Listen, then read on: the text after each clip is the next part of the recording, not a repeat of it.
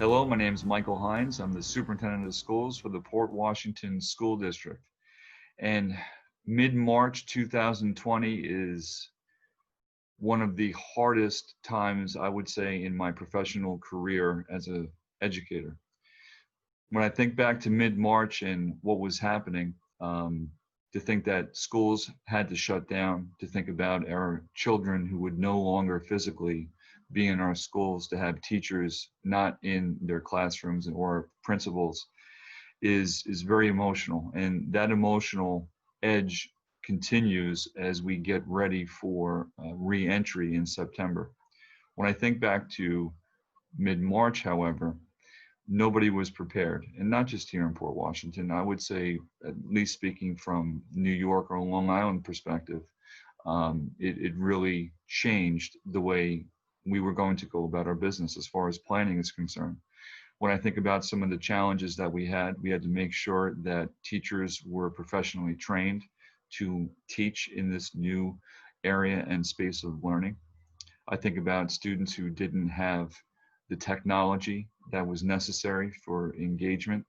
I think about food insecure families and where would they and how would they provide food for their families in this new day and age. How would I, as a superintendent, communicate with our staff, with our school board? How would we have school board meetings? And by the way, this is all happening during the budget process to make sure that our school district, like all school districts, were funded for next year.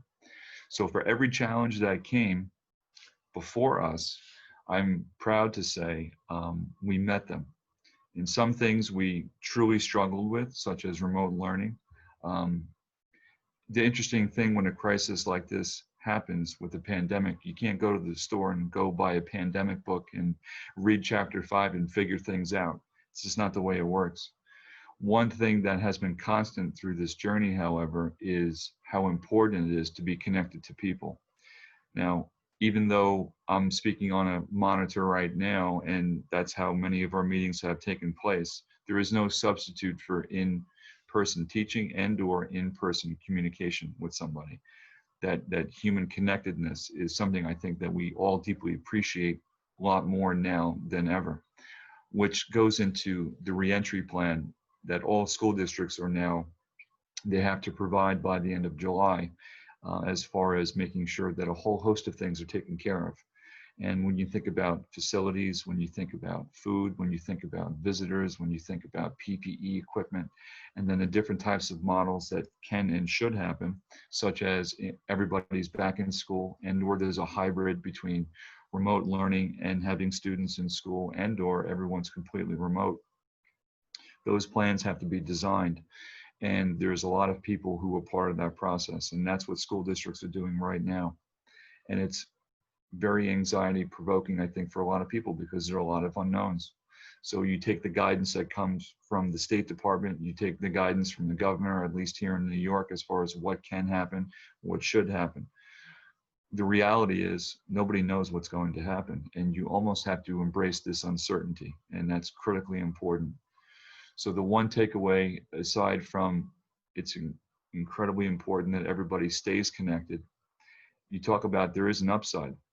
The upside that I've found is that there is a newfound love and respect, not only for our educators, but for the fact that it's important to be outside. It's important to play. It's important to try things that are new and different where you may not have had the time before to do that, to explore and to test drive things. That is something I hope continues as we move forward into this new era. The reality is, well, actually, there's a song by George Harrison that's one of my favorites. It's called All Things Must Pass. And this will pass at some point.